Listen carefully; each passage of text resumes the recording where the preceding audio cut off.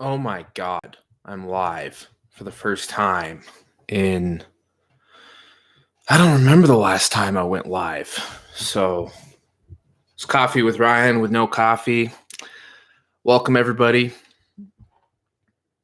You know, our buddy Gloff in the Discord yesterday said he misses these streams.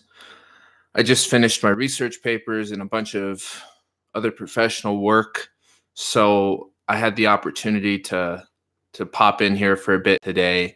Not sure how long I'm going to be on, but I just wanted to say what's up to everybody. What do you want to talk about? This is a completely open discussion. I like to keep it around something meaningful, something psychological, philosophical, but we can be fun and relaxed. It doesn't have to be too serious. How's everybody doing out there?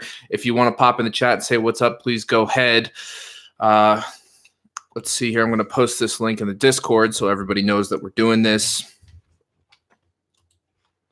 And I hope you're all having a great day, morning, evening, depending on where you are. What's up, Shane? I just saw you in the Discord. You posted a picture of my brother Colton, or you posted a picture of Cal from Star Wars, the new Star Wars game.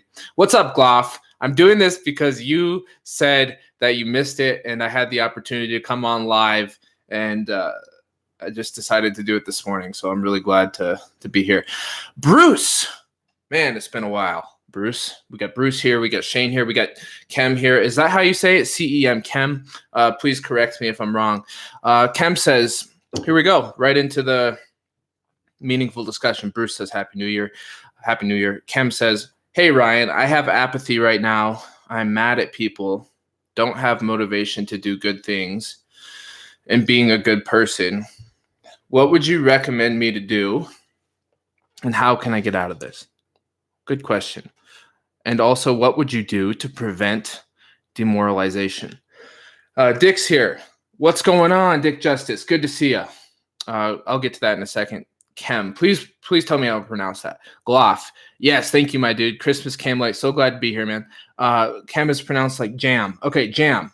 Great, jam. Okay, your question. I have apathy right now. I'm mad at people. So resentments, not motivation to do good things. Well, how do you define good is the first question. And being a good person. What does it mean to be a good person?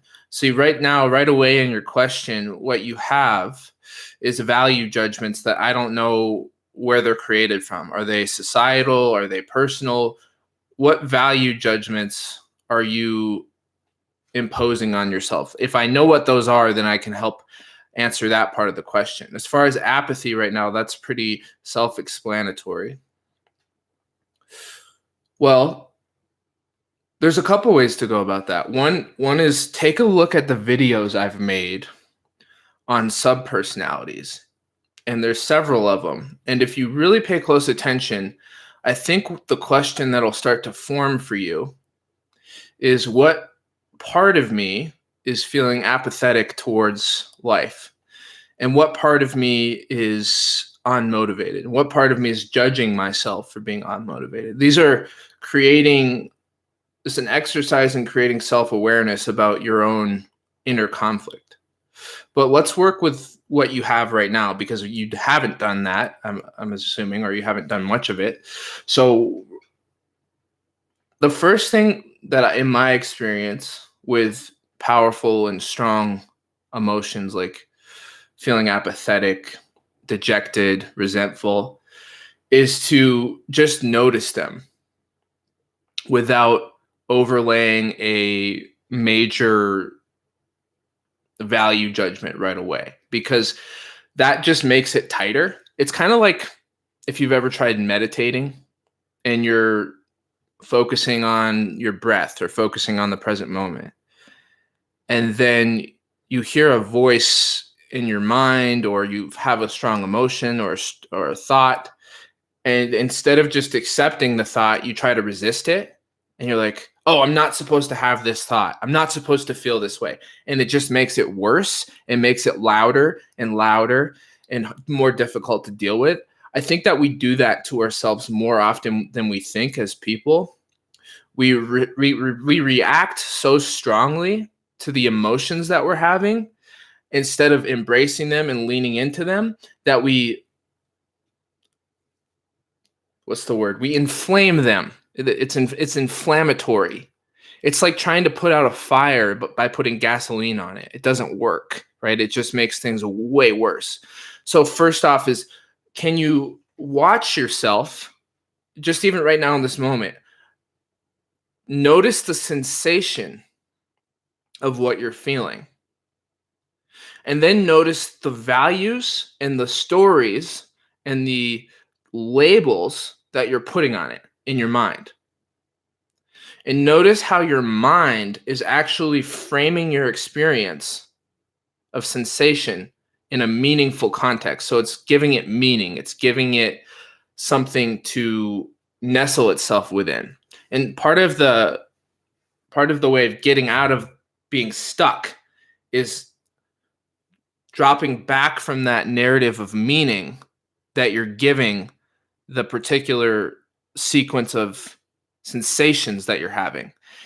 Feel the sensations. Sensations, for example, hot, tingling, tight, heavy. See, we're becoming phenomenologists instead of abstractly judging our own experience. We're actually coming into the present moment. So you have to be a phenomenologist of your own experience. What are the sensations you're experiencing? Notice the judgments and thoughts and stories you're telling about the sensations, and you don't reject them. You just notice them. Like in meditation, they say like a cloud passing through the sky. It's just another thought. It's just another part of your experience. The story is a part of the phenomenology of your experience. As long as you're not hyper identified with that, then you are in a win situation because you have space to realign yourself within the totality of that psychological conversation.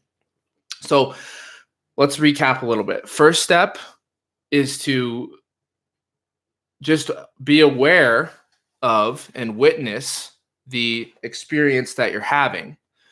The next step is to notice the judgments that you're having about yourself, and try to, if you can, go look at the talks that we've given, Dr. Strachan and I have given on subpersonalities. See if you can identify what parts of you are feeling that way. Okay, so let's look at some of the comments here. Okay, so Jam says, value judgments extracted from Jordan Peterson's philosophy mainly, and personal development tips. Okay. Gusto 320. Hold on a sec. Sorry, I'm all over the place. I got to read some of these comments. Gusto 320 says, "Hey Ryan, I'm Lunatic's cousin.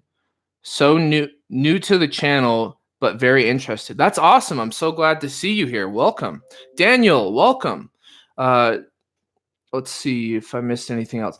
Shane says, "Jam, I'd try journaling about gratitude. It's awesome." That's a great suggestion. Gratitude is very powerful. Dust to Dust says, "I often go to the book of Ecclesiastes, or I listen to Jordan Peterson's speech on the dining from hell." That's a really funny one. Kind of a way of looking how bad things can get. Jam says, "Be aware of the experience, the sensation that I'm having." Gloff says, "Negative visualizations are good, and humans resonate deeply with stories, which is why I think self-authoring is such a powerful program." Okay, so Jam says, "Notice the judgments that I'm having about my feelings and sensations." Thanks so much.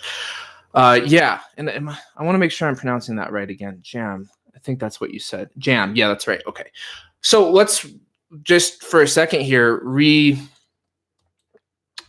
go back into this a little bit for Jam, because Dr. Peterson is fantastic in regard to mapping out your future, mapping out what it is that your potential, how you can get from where you are to where you want to be. And he's a great psychologist.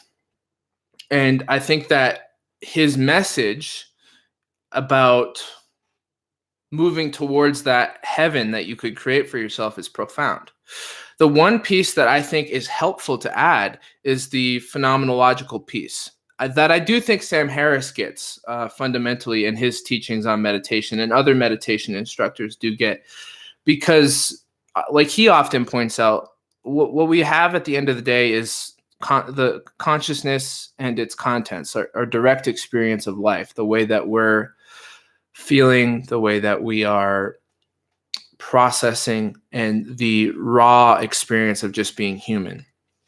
And Dr. Strachan often reminds me that when we put the collective value judgments or some sort of universal value judgment over our direct experience, it can cloud our present moment wisdom. And if you look at a human being as a potential for wisdom in any given moment, a potential for deep awakening, right? Because that's really what we are.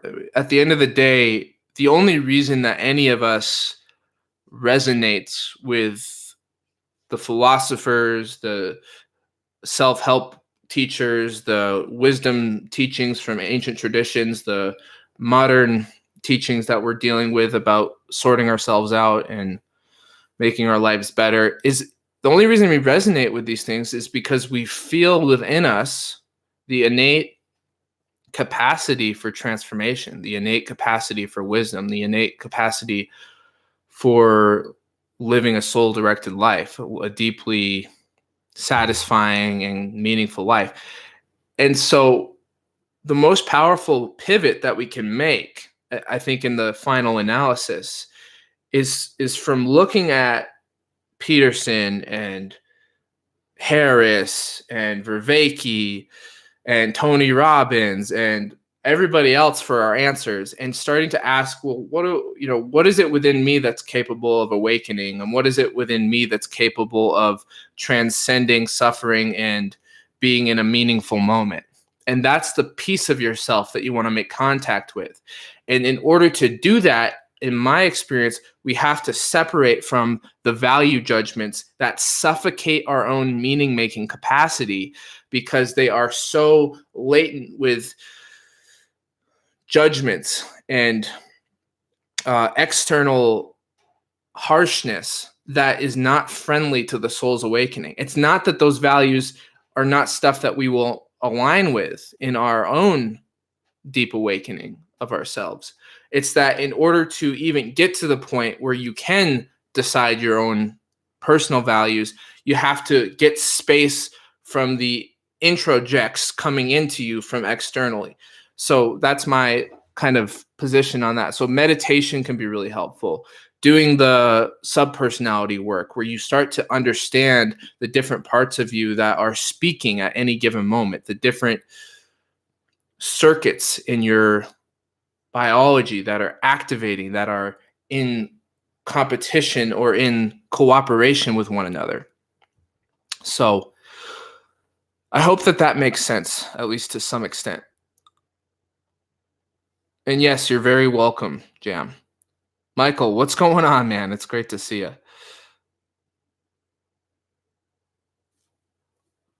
So what?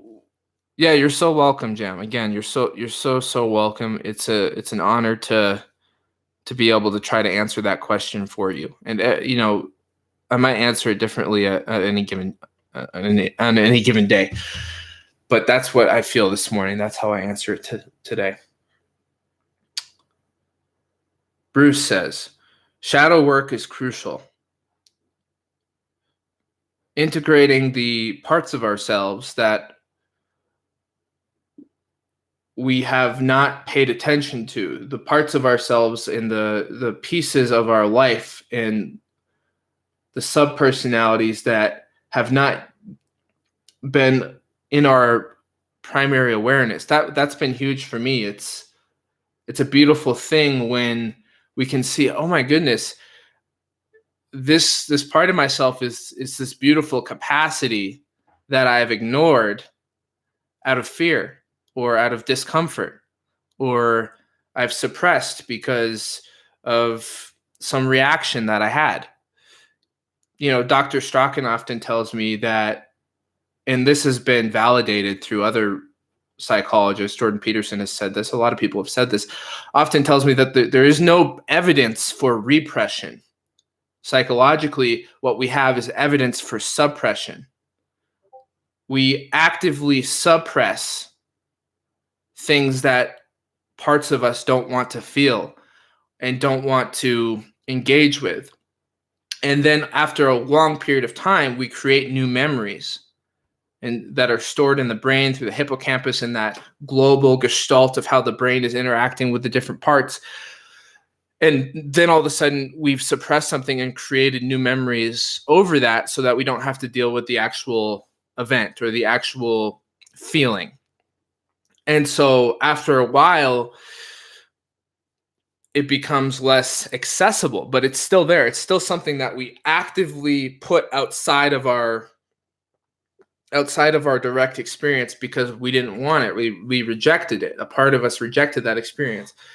And oftentimes it can be really powerful to reapproach those rejected pieces of ourselves and integrate them into a soul-directed wisdom, a deeper sense of connection. And it's kind of difficult because we have to face that fear that we've been avoiding, that fear that we were not going to be okay if we had that experience. I remember when I was 12, there was something, I won't get into too many details publicly, but there was something really intense that happened with me and a friend that we got into some trouble. And I was so ashamed of what I had done that I stored the experience. The next day, I started telling a different story about what had happened. And I put a lot of the blame on him. Like, I basically said to my other friends, well, he did all that. And I was just kind of an innocent bystander. And I didn't know what to do. So I put myself in the victim role. And I kept telling that story over and over and over again until I actually, parts of me started believing it because I wanted to believe it because I was afraid of the discomfort of facing my own action, facing my own fear. And it wasn't until I was like, must have been 17 or 18, I had to give him a big apology. And I was like, man, what I did to you, because he really like took the brunt of the blow from, parents and friends and stuff like that.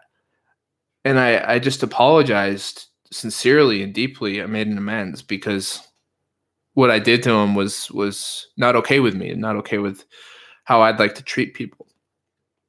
And it took me a couple years to realize that, oh my God, I totally stored this in a different way so that I didn't have to deal with it. And I think that that's human. That's something that it's tempting for some of us to engage in that way.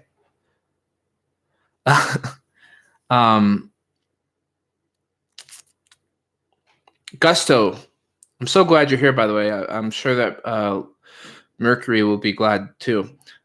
I've been reading and listening to Tony Petronovich. Really helpful to reprogram if that's what your awareness is pushing for. Oh, cool. I'd love to check that out. Bruce says, exactly. Gloff says, repression isn't real, ? So the overly Freudian camp can fuck off, ? Hell yeah.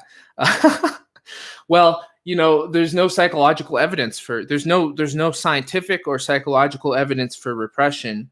And that I've got that on a couple of sources that I really trust. I've gone over it with Dr. Strachan several times, and he's a great scientist and psychologist. And I've even heard Peterson talk about it extensively in lectures. And I've looked it up. I've researched it a bit. So that, yeah, I think we can say that. Now, I think it's also fair to point out a lot of things that Freud gave us are remarkable. So we have to honor that. But yeah, I mean, this whole idea of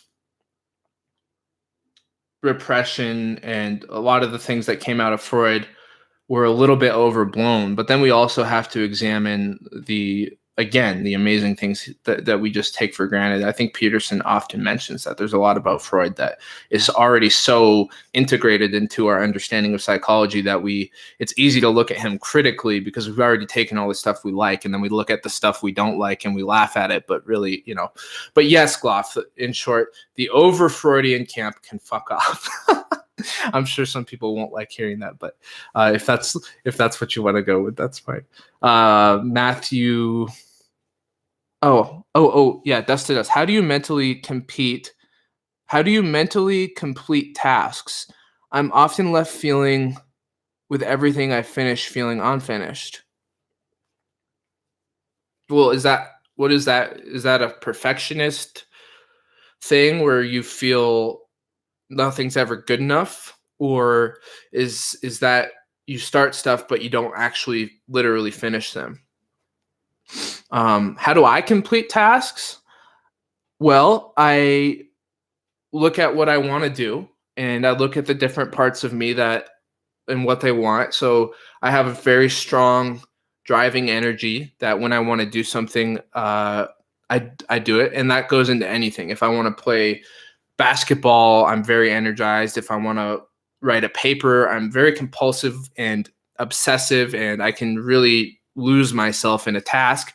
But the one thing with me is if I want, it doesn't matter if it's positive for me or if something that I don't want to do in the other parts of me don't like an addiction, I overdo things. So that's always been my learning edge. I'm a recovering alcoholic and addict. I've been sober for almost 10 years, 9.5 years. And one of the things that I learned is that as addicts, we get a really bad rep because we only get looked at for the damage we cause. But one of the cool things about recovery for me has been I've figured out how to repurpose my addictive side to do things that I want to do. So now it's like, I'm going to, like this week, you saw how many videos I put out this week. I finished my research papers and my other professional obligations. We taught those workshops on transformation. And then I just compulsively got obsessed with putting out videos, or I compulsively get obsessed with self-reflection and growth. So I'm aware of it. I watch it, and that's what I use to finish my tasks. And I think you see that in very hyper-productive people. They have somewhat of an addictive part of them that's very committed to continuing to produce or to do things or to set up another project. I think Peterson's also talked about this. It's like there's certain people who, if you put them out in the middle of the woods, they'll just start chopping down trees for something to do. That's not quite me, because I also have a very relaxed component of my personality that is able to take time to wander and to meditate. And so I'm not always have to be productive. But if you're asking for advice, I would say, let me think about this for a second.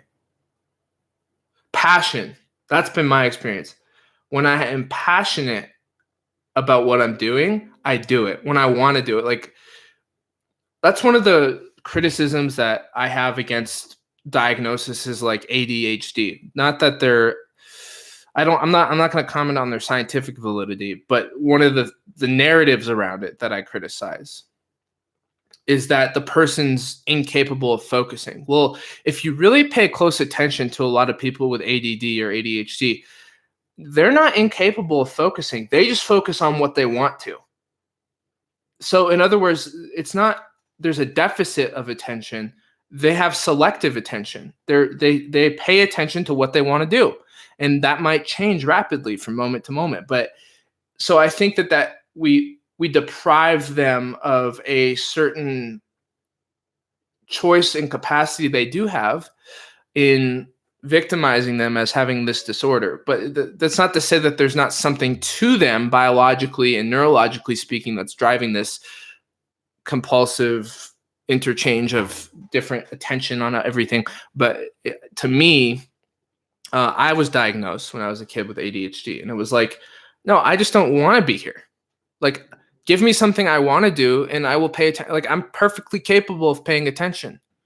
So that's just been my experience. I don't know if that's everybody's experience with the diagnosis.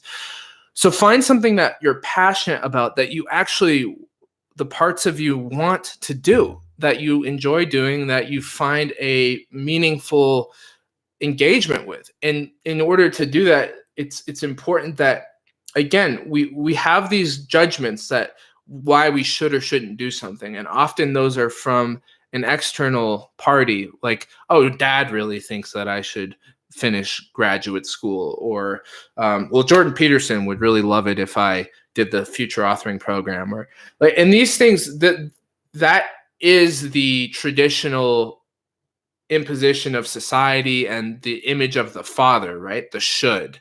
Even archetypally speaking, Jung wrote about, Eric Newman wrote about, the father encapsulates, kind of, in some sense, it can also be other things, but in some sense, sometimes the father image can be society, can be the voice of what you should or shouldn't do. And as long as there's this voice of should or shouldn't that's not your own, there's always going to be a sense of,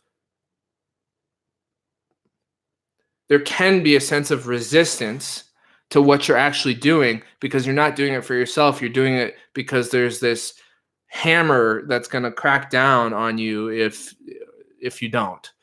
And so this goes into the kind of the Synex Puer archetype, the wise old man and the young boy. So what Jung and James Hillman and a lot of other archetypal psychologists and depth psychologists discovered is that, okay, well, if the father, as like the Saturnian old man, or the disciplined societal archetype, is overly rigid, then that puer, the young boy, the eternal child, doesn't get to adventure and flourish and grow, and gets beat up on by this over rigidity. However, if it's the other thing they discovered is, on the other hand, if the puer is open to the various possibilities of wandering and any direction goes, then sometimes what can happen is it's so loose that child doesn't have a container to grow in. So the wise old man and the young boy, or the eternal child, is kind of the balance between not too loose, not too rigid. And so we want to be supported, at least in my experience. For example, I have a sub-personality that I've named the young boy. And I want that young boy to feel free to adventure, to be excited about projects, to be excited about new ideas, to be excited about work, to be excited about play. I want him to feel safe within that structure that the father in me, the embodiment of that Synex archetype, the embodiment of the discipline and the proper balance of all that, I want him to be supporting that child to grow within a container that's not too loose and not too rigid. And I find that for me, that's where my productivity comes from. I feel excited. I'm not clamping down on myself too much, but I'm also structured enough that I have a platform to explore my excitement, to explore my adventurousness. And that's kind of the beauty of that puer Synex relationship, the wise old man and the eternal boy. And when you strike that balance, you've got the Gandalf and the Frodo, you've got the Merlin and the King Arthur. That's the beauty of that relationship, of those parts of who I am. I get to have that balance. On the other hand, I have another part of me that I've titled the black hole. And to me, the black hole, well, it's interesting because I'm in a very weird place with this part of me. But in the past, the black hole was beating up on me a lot and overly rigid and telling me all the ways that I was doing things wrong. And it would lead to depression and self-sabotage. And I have depression running in my family. So it was a heritable phenomenon, but it was also a voice that would beat up on me and drive it deeper. And I realized that that's that's what they mean. I mean, at least that's what the metaphor that I liked is that's what the negative Cynics is, or the overly rigid self-critic. It's like a crusty old man that's never happy with me, or never enjoying the beautiful childlike aspects of life. And like Christ says, unless you become as a child, you cannot enter the kingdom of heaven. So that was beautiful realization for me that, oh my God, so I have a philosopher in me. That's a positive Cynics, a philosopher, kind of shaman philosopher, beautiful, magical part of me. And then I have this black hole who's this the over rigid self-critic who's really always telling me, well, that's not good enough. Well, you didn't say that right. Well, you didn't do that right. But it was really interesting. I called Roger yesterday, Dr. Strachan, and I said, I think the black hole might be ready for a new job. And I think he might be, because I've been so on top of reprogramming my brain to every time that overcritical voice comes up now, I just shut it down. Like, it doesn't have a place in my life anymore. It's not okay with me. I've changed that dynamic inside of myself that is overbearing and overcritical. Now, don't get me wrong. I'm all for room for growth. I'm all for there's always something new to learn about myself. There's always areas where I can improve and enhance my ability to help others, my life experience, my career, my education. I'm never going to be perfect, but the overbearing self-criticism just has no place it's not serving me anymore. And so that part of me, it's like, whoa, this isn't working anymore, because he would come and he would start beating up on me. And I would just go to deep inside of myself, to the place inside of me that feels like the soul and the other parts of me. And we would just say, not today, not happening, man. I've got way too many things to be grateful for, and way too many amazing people in my life, and amazing opportunities and things to love, to waste time listening to this crap. And so I called Roger and said, I think he might be ready for a new job, to do something different than just beat me up. And Roger said, I think you're right. And so that's where I'm at. I'm at a crossroads, and I'm really meditating on, is there other possibilities for this depressive tendency that I've inherited that can manifest in different ways? That's alchemy, just so you all know. Carl Jung really studied alchemy, really did a beautiful job. He wrote several books on alchemy. And the idea in alchemy was that you take the elements of nature and you try to create the philosophical gold, or the philosopher's stone. And the philosopher's stone is the wisdom. It's this beautiful achievement of integration. Now, according to Jung, most of these alchemists traditionally, a lot of them didn't realize that what they were talking about was psychological. So they thought they were literally trying to create the philosopher's stone. But he said the more sophisticated ones understood that they were projecting an inner art onto an external landscape so that they could transform within.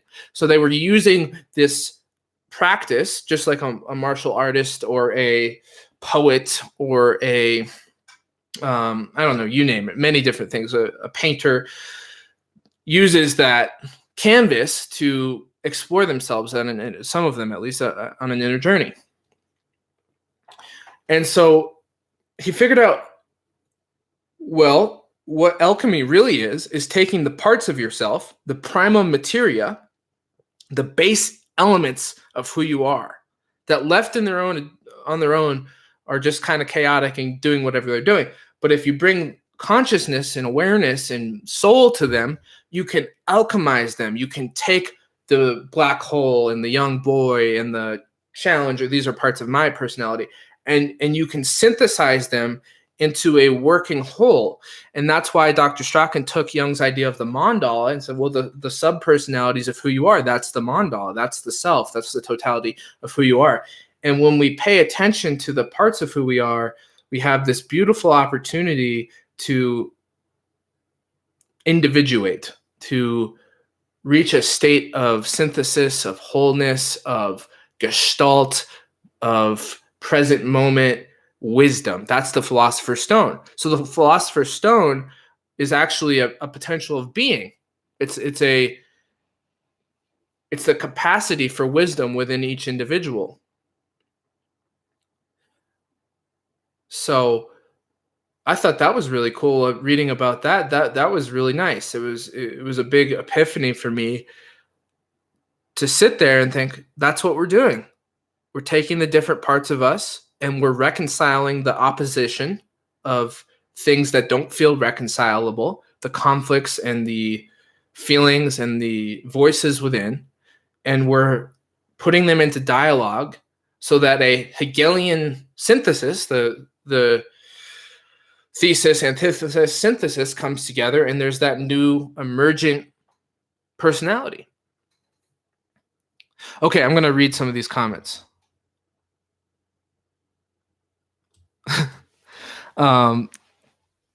Dust to Dust says, oh, okay, let's go through a few of these things. Jung's, Freud is good. Gloff says, Freud is good. Wow, I missed a lot of comments, so sorry if I don't get to all of them. Gloff says, oh shit, I have to go up even higher. Sorry. Okay. Okay, so talking about repression. Bruce says, repression is a misnomer. Let's like removing darkness. Impossible. You can only remove light. Interesting. That's an interesting metaphor. I got to think about that. Wow. Gloff says, did he forgive you? The guy that I screwed over when I was 12? Yeah, he did forgive me. He was very gracious, and he said, you know what, man? If that never happened, I wouldn't be the person I am today.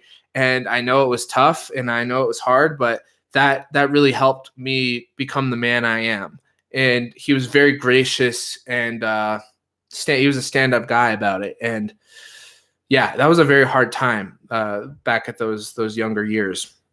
So it was very nice to get that off my chest and to make the amends that I owed him.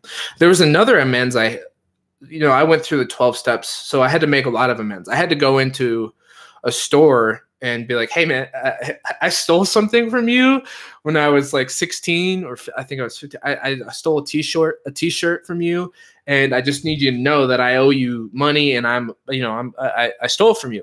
That wasn't okay, and I need to own up to it because I'm in recovery now and I'm living an honest life. And they were very understanding. They said, okay, why don't you come in on Friday and work for us for a couple hours? And I said, great. So I went in there. I did some sweeping. I helped them package some stuff. I folded some T-shirts or something, and it was great. It was really nice to make peace with my past in that way. There was a lot of different amends that I went and made. I had to make peace with who I was and where I had come from, and it was a beautiful experience. Okay. Gloff says that's weirdly a relief. I'm guessing that there's no such thing as repression as a relief. Well, yeah, because then the thing that I love about it is that we're responsible for suppressing, and repression makes it sound like you have no personal choice. No, we did it, and we're responsible for it, and we're responsible for reconciling whatever it is that we did, or whatever it is that we felt that we didn't want to feel, or whatever it is that happened. And those are the parts of us that went through that experience. Dust to Dust says, Jam says, I used to be a bully and have done some horrible things, and I've noticed that memory manipulation that you have just talked about. Wow, well, great awareness. So you've noticed that you've done some things that have made parts of you uncomfortable, and in that discomfort, one of your coping mechanisms was to suppress and try to re-memorize the situation in a way that felt more comfortable. Very good awareness. That's great. You're examining your life. That's fantastic. The unexamined life is not worth living. Dust to Dust. I always have this personality nagging at me. You could do better. Great awareness. So, okay, so now that you tell me that, Dust to Dust, when we go back to your initial question, which was, what was was it you that had the question?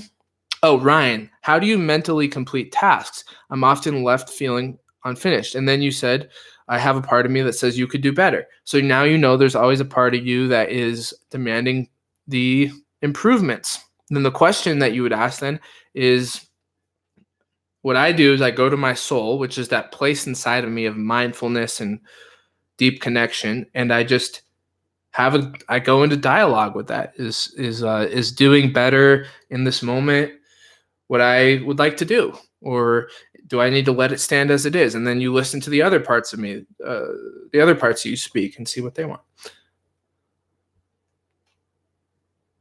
Okay, I'm gonna. Jam says, it's also great, and I am so happy for you that you have recovered from addiction. You're doing meaningful work out here. Thank you, Jam. I really appreciate that. Gloff says, I'm doing sober 2020. Congratulations, man. Good for you. That's really nice. And then, I think I already read that one.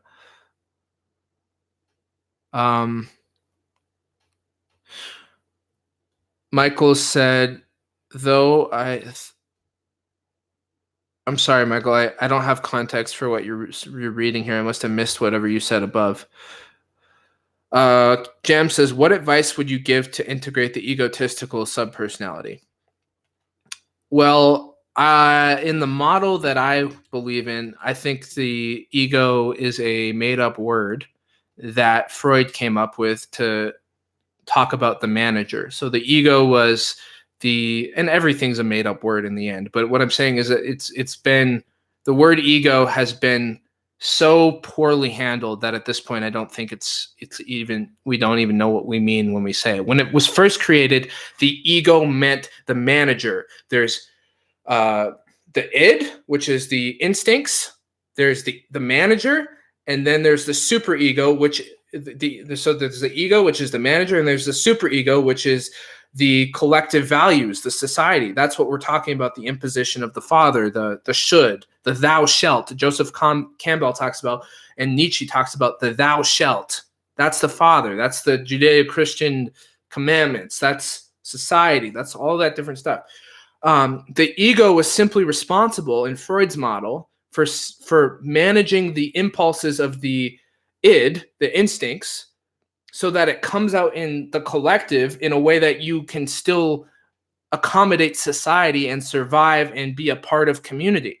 So Strachan often uses the example of, I have an impulse, and I think I used, this isn't his words, but let's say, well, you need to eat.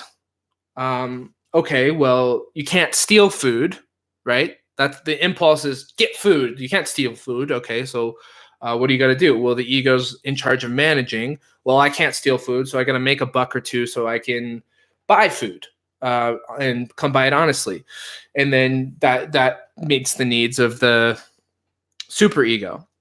And you can think of countless examples, sexual impulses, how to get those needs met, all of our impulses accommodating with the expectations of society, that the ego is the metaxi, the middle ground, the mediator between those two things. Now, Freud took that and Freud took that and he had a good insight. And then we took ego and we made it to mean bad, like you have a bad personality, or you're too arrogant, or you're too self-involved, or you think too highly of yourself, or you care too much about what others think, or you're always thinking about yourself. And we just made it into a new thing.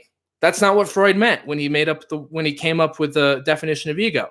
So we took it as bad. And then we have to look to Eastern thought. What did they mean by ego? They meant being a self, having an identity, being a person. That was the ego. I have a self.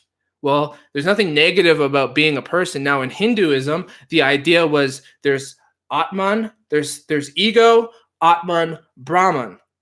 Okay, so there's self, soul, spirit. Ego, Atman, Brahman. Atman, higher self, Brahman, the great Godhead, the being of all beings, that is the whole entire universe, the creator.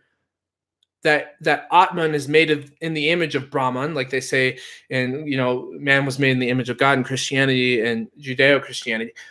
But the Atman is the higher self, the deeper self that connects to the greater self, the universal self, the connection of all things. So that's why his is more connected to the Greeks, which was soul, psyche, espire, spirits. His was self, soul, spirit. But that's similar to Dr. Strachan's model: self, soul, spirit, ego, Atman, Brahman. But ego doesn't mean anything anymore. It's a word that we use as a negative value judgment. So what I would say is rephrase your question. What part of me am I judging as bad because it has self-interest, or maybe I think it's arrogant or whatever, but it's just a judgment. Now, are there people who are more self-interested than others? Are there people who are less caring than others? Are there people who are out for themselves? Absolutely. Do I think ego is a good word for that? No. I think it's been a totally mangled term that we should just do away with completely. Now, do people use it all the time? Yes. I don't know if it's going away anytime soon. It's pretty much embedded in our culture. But the thing is, what do we mean when we say it? Some people mean something positive when they say ego. Some people mean something negative. I mean, it's a mess. But anyways, when you say, what do I do about having egotistic subpersonality? What I hear when you say that is that I'm judging myself for having a part of myself that has interests in itself, or is to this or to that. So I just hear it because it functions in a way that's not functional for me. It functions in a way that doesn't feel deeply soulful to me. But I got to call Dr. Strachan back on right now because he's called me twice. So let's call him right now, and then I'll read your comments.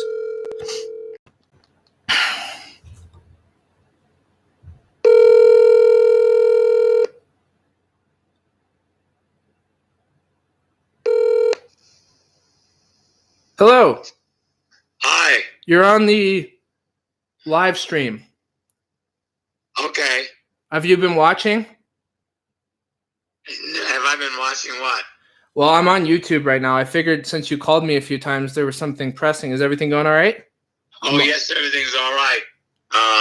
So I'm not being broadcast right now, am I? No, you are. I'll call you later. I thought you were calling me because you wanted to tell me something on the broadcast. Oh, what are you talking about? I was talking about how Freud created the term ego, and then we took that and we turned it into something negative. And then I was talking about how Hinduism created the term ego just to mean self. It didn't mean anything else. It didn't mean anything about arrogance or something bad. And we've taken it and we've mangled it as a cultural value. Excellent. Yeah. Well, you're right on. That's exactly what occurred. Yeah. To go beyond that, since ego represents in many different interpretations a element of self or self, the fact that Freud had no intention of it being the sole element, he had the superego, which was your values and morals, etc., etc. Right. And he had the id, which was desiring basic needs. Right. So the thing is, what we need to realize is that Freud himself, at the end of his life, would like to have traded in the three of them for more differentiated parts. And as you know, with Jung making the break from Freud, Jung developed then the archetypes. Exactly. And then at the end of his life, he developed those into more specific parts. And ergo, here we are today with many people out there now looking at genetics and life experiences and realizing that we have, yes, many subpersonalities, characteristics, traits, coping styles, certain kinds of things that are minor when you think of activity, but do play a part, such as shyness or extrovert or introvert. And we've been using those for a long time. Mm-hmm. And the idea of subpersonality, of course, is not new. Yes. All that we did in Self Soul Spirit was to start with the basis of genetics, which is now being validated by people like Kevin Mitchell in his book on innate. Innate. So I got it right here. Say that again? Thank you for letting me weigh in. You're welcome. I'll talk to you in a bit. I'll talk to you in a bit. Thank you for calling. Thanks for talking to me. You bet. And to your audience out there, this is really an important break right now as we look to the future on how we're going to reimburse with third-party payments, Medicare, Medicaid, insurance in general, life issues, because the DSM or even the international coding will not stand up to scrutiny. Take care. See ya. Bye. Bye. I think I know what he meant by that, but I probably need to ask him a couple questions because I think I know what he meant, but I'm not quite sure. Anyways, so okay, you've got subpersonalities here that you're naming, Gloff. The boomer, the joker, the CPA, nice, the mystic, the potential cockatoo breeder. I love that. Oh my God, I love that. Wow. Bruce says, people labeled ADHD often have a different proclivity for learning. I myself visualize everything and put towards the visualization to communicate, thereby the misconception of lack of focus. Very good point. Michael says, my egotism is what asserts my personal existence. I can say yes or no to what I please. I become the arbiter of what is good for me and what is not. Egoism is not arrogance, but an act of will. And then you say later, moot point, Ryan, ego is Latin for I. Exactly. Again, I exist. I have a sense of self. I am. I mean, really, is that something negative? Exactly. So let's see here. Boom, boom. Dustin says, I have a lazy child in me that just goes, I don't wanna. Good aware. That's good. Gloff says, I like the philosopher and the joker, satirist, and mystic. Okay. Dustin says, you were on a roll. I like it. Well, I'm glad. Did you ever have experience of coughing because emotional repression? Because I couldn't find anything on the internet about it, but I'm experiencing it. Again, I prefer the word suppression to repression. But as far as your question goes, I couldn't find anything on the internet about it, but I'm experiencing. Yes, the body will manifest a litany of symptoms that can correlate with psychological experiences. The body never lies. That is why the ability to read body language is a great skill, because often the body says what the voice fails to say, fails to make clear. And so what you always want to look for in body language is what's called incongruence.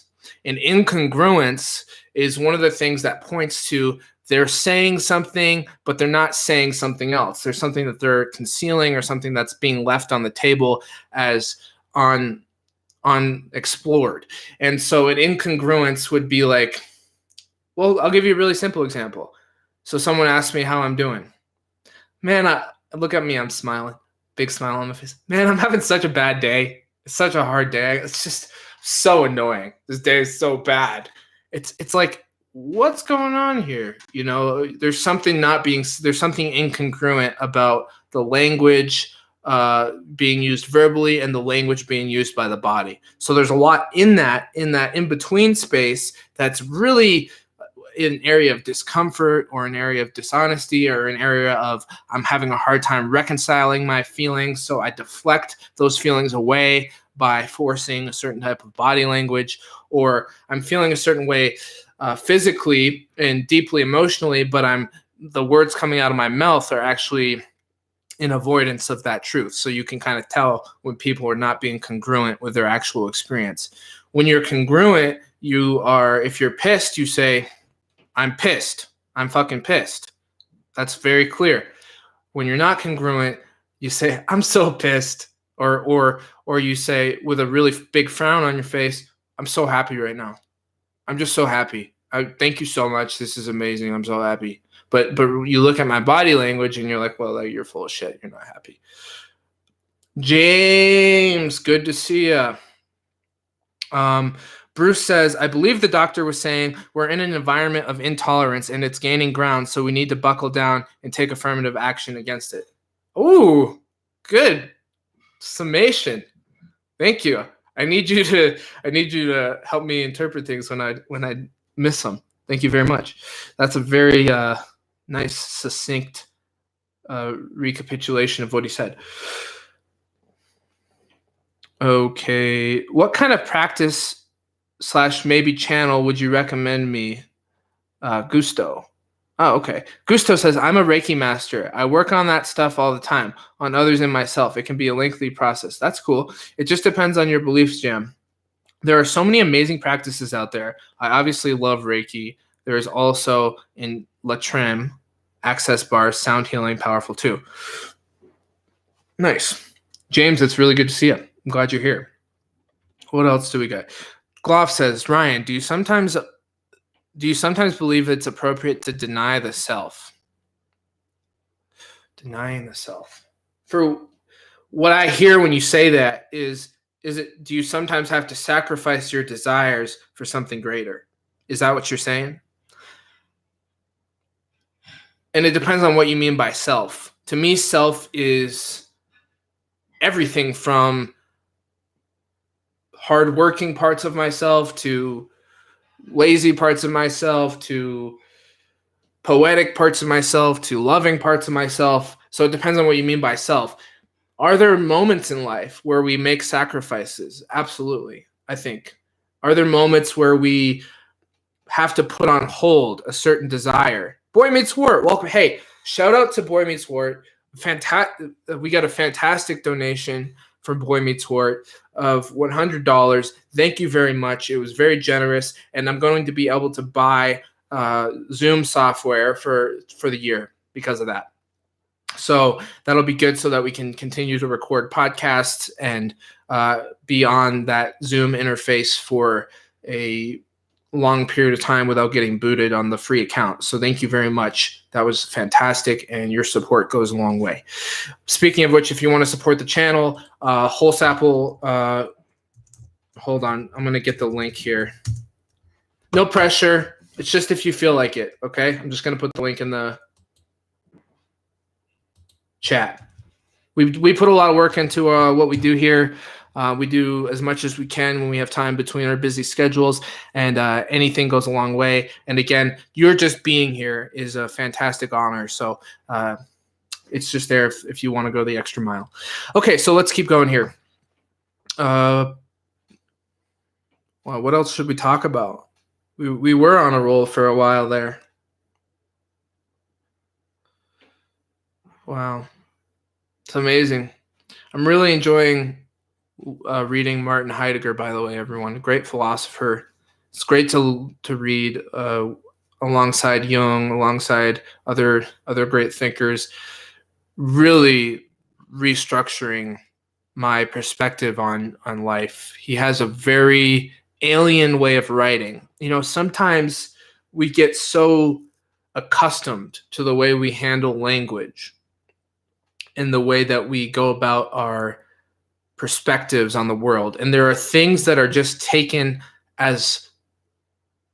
for granted as, oh, this is just the way it is. This is this. And when we look at the history of philosophy and the way that those ideas can shape our current worldviews, from, you know, Kantianism to Cartesian dualism to Platonic thinking to Neoplatonic thinking to the Judeo-Christian worldview. I mean, ideas like we talked about earlier with Jam, at the very beginning of this podcast, of this live stream. Ideas are the way that the mind frames experience. Ideas are the way that we take sensations and phenomenological happenings and we put them into a narrativity. And that narrativity has the tendency to reveal certain aspects and conceal certain aspects of reality. So it makes some things prominent and puts them as the figure, and it blurs other things as ground, as behind, as not as sharply defined or delineated. And then what happens is we are sacrificing the awareness of something in the background for the awareness of something in front of us. And it doesn't mean that the thing that we're accentuating is bad. It just means that there's other things that we're not accentuating. So Heidegger does a fantastic job showing us, okay, philosophy, fantastic, great job developing these lines of thinking, and let's now poke some holes and figure out the areas ontologically about the meaning of existence. What does it mean to be a human being that we've totally left untrammeled because we've been so hyper-focused on certain other accentuated aspects of our experience? And I find it really refreshing. I find it really rejuvenating. I find it helping me sharpen my thinking. You know, when you've come across a good thinker, a good writer, even if you disagree with some of the things they say, it has a way of coloring and contextualizing everything else you encounter. So then I go back and I listen to Jordan Peterson's lectures and I have a new insight into his knowledge, into his wisdom, into his experience, because I now have this other idea that is able to mold his thinking in a way that was not previously done. And so I just think that the ability to encounter new ideas, the ability to traverse new territory, it not only brings us to those new places, but it also refreshes everything we already have encountered.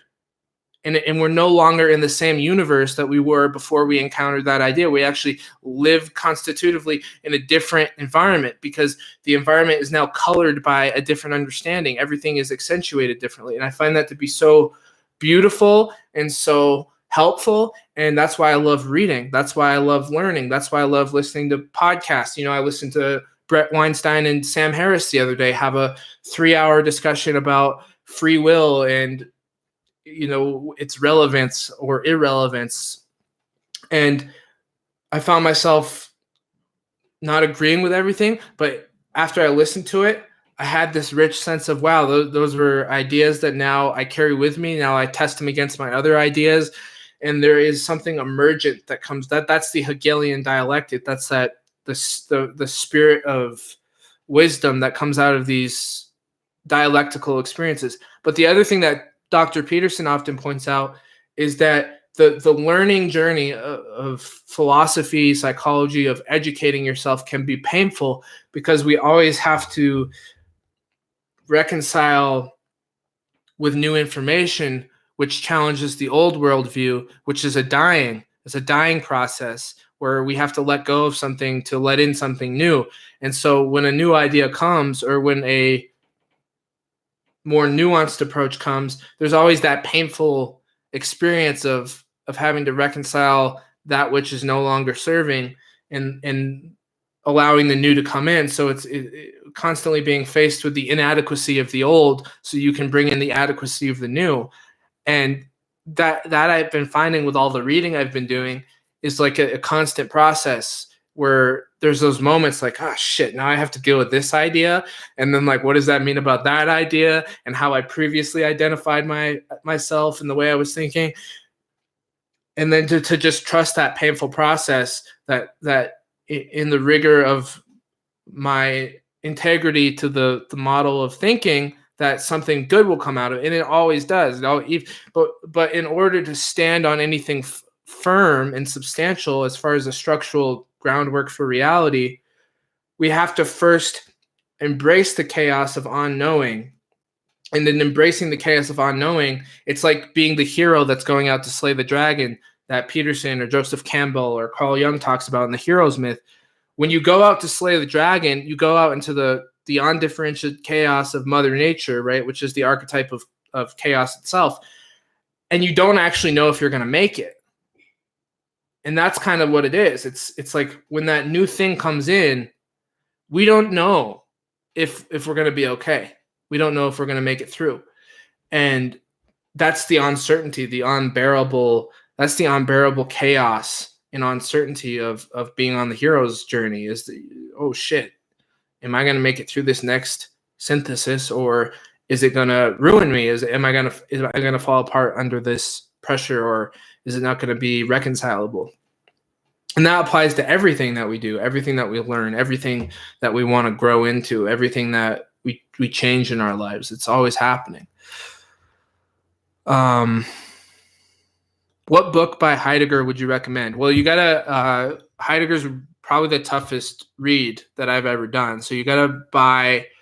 I don't know if this is the best version to read. I'm reading the Steinbach translation, and I also bought the guidebook by Magda King, I believe. Magda King. Magda King, and who does a very good job of going through all the ideas. So you got to read them. For me, at least, I've been reading the guidebook to Being in Time alongside the actual text, as well as another text, which is, what's it called? Let me see. Being in Time guide. There's another text that has input from people like Dreyfus and other interpreters. Let me see if I can find it so I can give you a recommendation. So you want the Magda King, you want Being in Time. If you buy the Steinbach translation, there's other translations which you would have to buy other guidebooks, but this is the translation I'm reading. Being in Time, Magda King guide, and then what's the other one? Where I have it upstairs on my Kindle, but I don't have it down here, and I forget what it's called. Being in Time commentary. Being in Time commentary. Being in the World. Well, I don't have it. I can't find it right now online.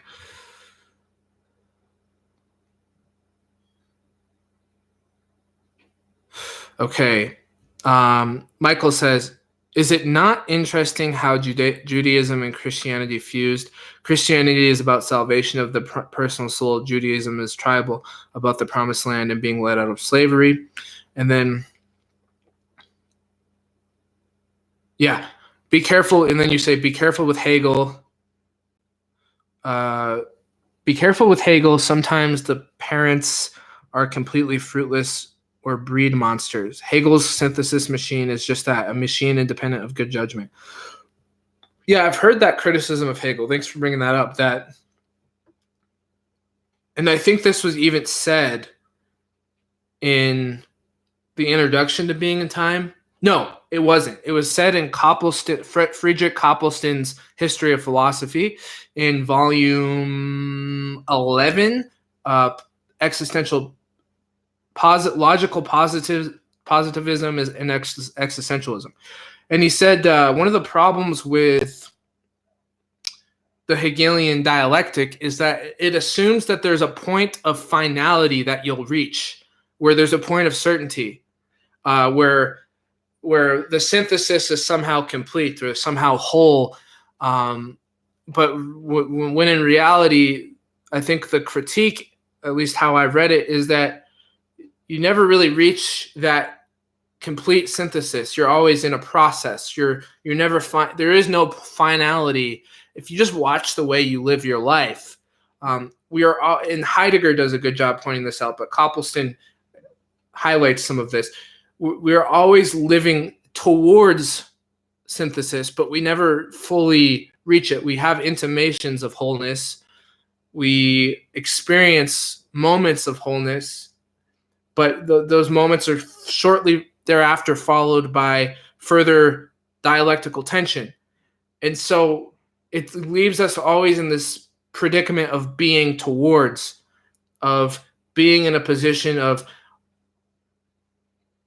where we're aiming, but never actually fully hitting the target. It's an aim game.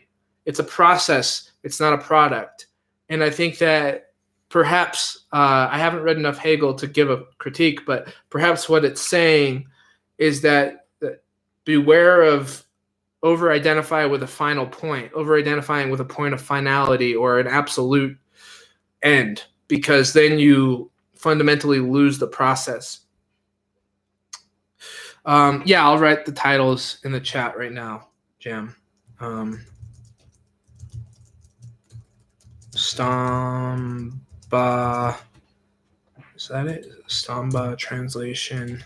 I think I'm spelling that right. Being in Time, Stamba translation, Being and Time Guide, Magda King. So there you go. James says, Dreyfus has a great philosophy lecture series on YouTube. I listened to his lectures on Fear and Trembling. Oh, really? I just bought that book, by the way, Fear and Trembling by Kierkegaard. Dreyfus, I'm going to look that. Yeah, apparently Heidegger has been criticized for some sort of Nazi affiliation. I have no idea. I haven't read his biography, but from what I gather, from what I have read online, is that Hubert Dreyfus. Yeah.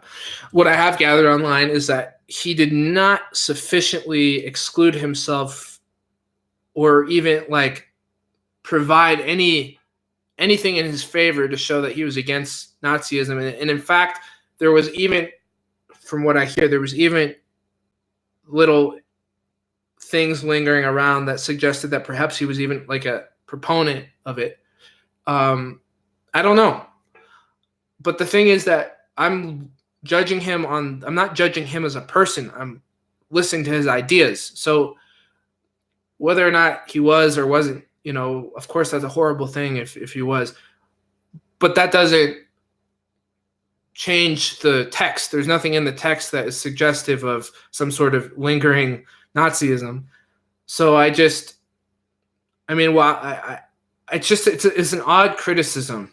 They do that to Jung sometimes. They say, well, Jung, when he was running the Psychoanalytic Institute during World War II, he never sufficiently separated himself from the Nazi affiliations. And then it turned out that he was actually, which I recently learned, that he was actually an agent that was spying on the Nazi party, but nobody knew that. And there's a lot of criticism on Jung before this was known. I don't know if I can validate that, but it was on the Vervaeke podcast with his guest who was an expert on Jungian psychology. But I'll take his word from it. He seems like a very well-read and credible professor. But in any case, it's just like, okay, well, you can go back to anybody in history and be like, oh, I can't listen to this person's ideas because they did this, or they owned a slave, or they slaves, or they had this belief, or whatever. They say Gandhi slept with underage women, for example, which I have no idea if it's true or not, but that's a widely known rumor. And so they say, well, Gandhi's an asshole. Forget Gandhi. But it's just not to me, that way of thinking is just so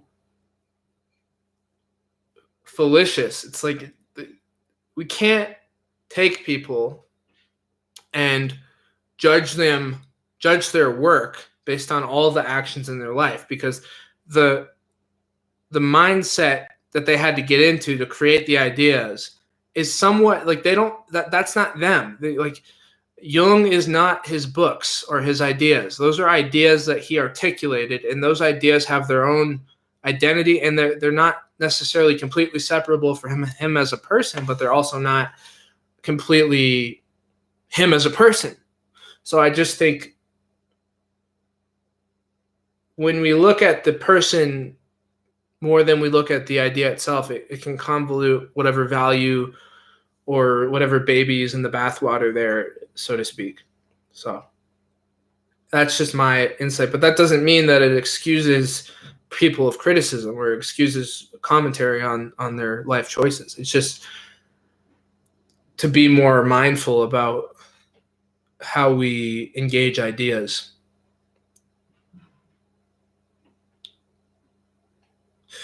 James, James, you have to listen to the Vervaeke guest where they talk about Jung.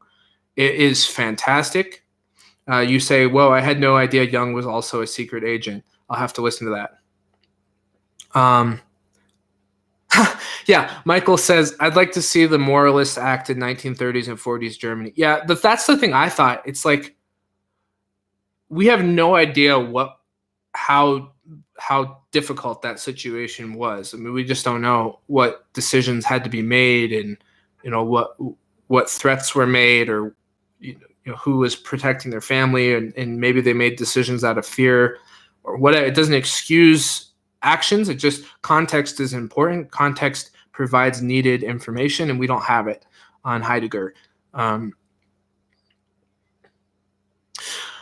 Dust to Dust says, "I've made the same observation with knowledge. Final points, I can only see God knowing."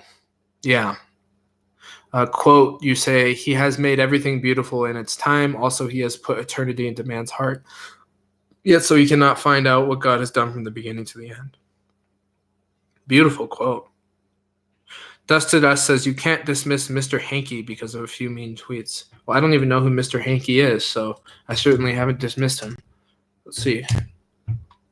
Mr. Hankey. Is it like a meme? Is it a joke? Or is it it looks like a little piece of, it's from South Park. Am I right? I've seen this episode. Yeah, poop. Mr. Hankey is poop, Jam says. I think I saw this episode a long time ago. South Park is legendary. By the way, I gotta go, but I just want to conclude with, if you haven't watched, I love comedy, and I'm a big fan of stand-up.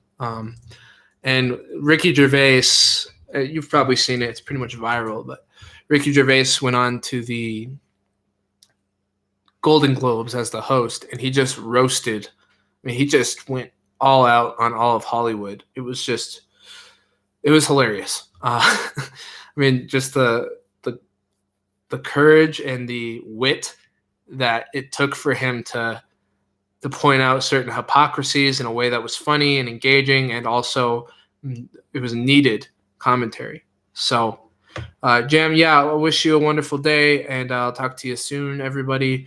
Dust to Dust, James, Boy Meets Wart, Michael, Bruce, Gusto, Gloff, Dust to Dust, I said already. Who am I missing? Let's see here. Matthew. What's my Enneagram? I totally missed your question, Matthew. I'm sorry. I don't know. I am not well educated in that model, but I would love your insight at some point if you want to let me know what number you think I am. If you can gather enough information about me just through seeing me online. Shane, thank you all for being here. I hope I didn't miss anyone. It's really nice to finally catch up. And I wish you all a wonderful day, evening, morning, whatever it is, wherever you are. Sending you all my love.